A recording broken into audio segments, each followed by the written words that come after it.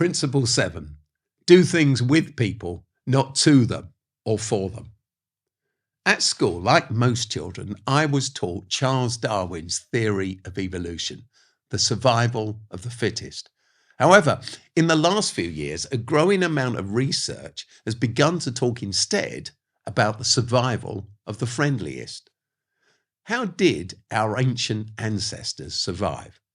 In terms of their physical safety, neither of the options of fight or flight were viable as an escape from their fiercest predators. It was impossible to outsprint a saber-toothed tiger, and who would have ever stood a chance in a single-handed battle with one? The truth is that we human beings are only still around because we learned to work together. We learned to collaborate. Cooperation rather than competition has been key to our evolutionary success. Homo sapiens have walked the planet for at least the last 200,000 years. And those large and complex brains of ours have developed over that time to be perfectly suited to life in the small and close-knit communities in which almost everyone lived for around the first 199,800 of those 200,000 years. Across the millennia, we've adapted, both neurologically and biologically, to live in multi-family, multi-generational environments where adults, children, and young people mix together in close relationship to provide us with the breadth of connections we all need to thrive. Today, our challenge is that in our modern, chaotic world, it's become increasingly difficult to find that same sense of deep and genuine community. Over the last couple of centuries, we've chosen to experiment with a different kind of living, and it's causing countless problems. Loneliness has become one of the most universal sources of human suffering in our age.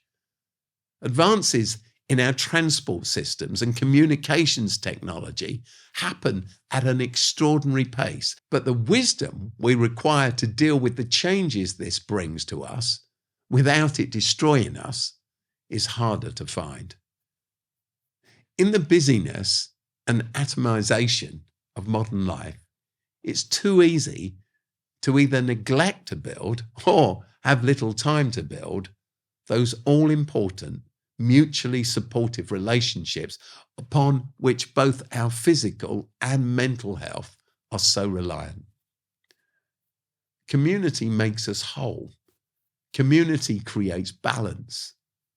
We need both to know and to be known. We are, of course, social animals. At core, we're relational. We crave being seen, heard, loved, and treasured. We flourish when we're connected, and we struggle when we're not.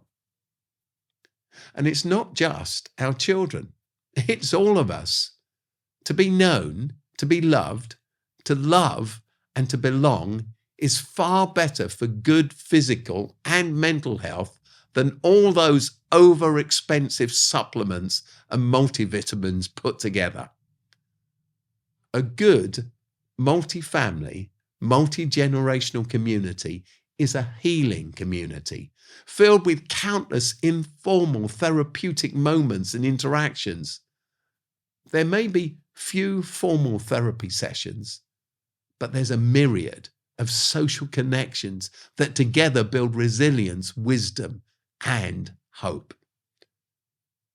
Applying all of this, poverty will never be solved by programs.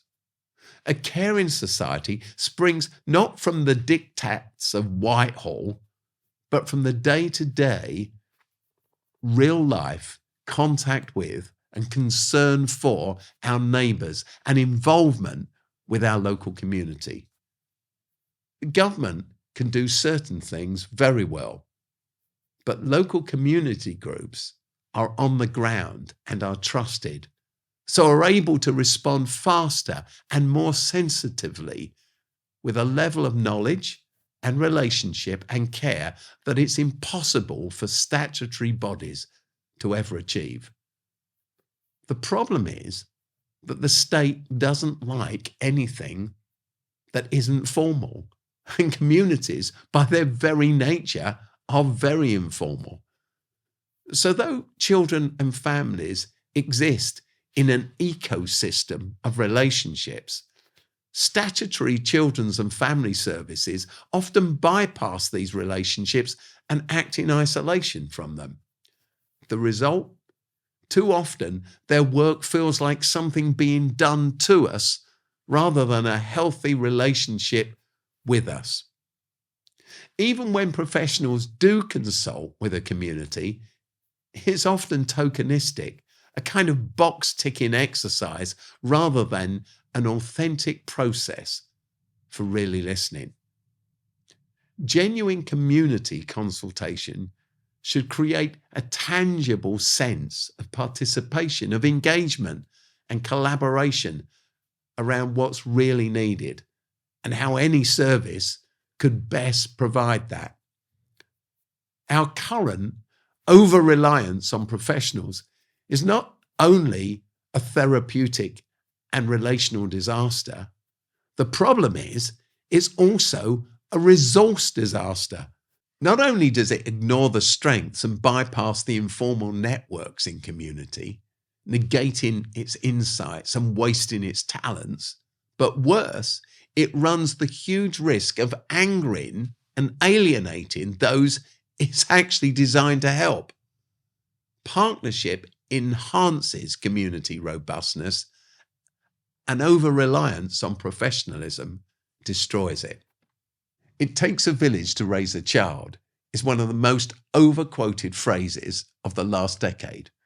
But our problem is that although we sign up to the doctrine, at the very same time we fail to invest in building or supporting that philosophy. And instead, we've simply left things to a bunch of paid professionals. It's time that we understood this, and it's time that we found the courage to do something about it.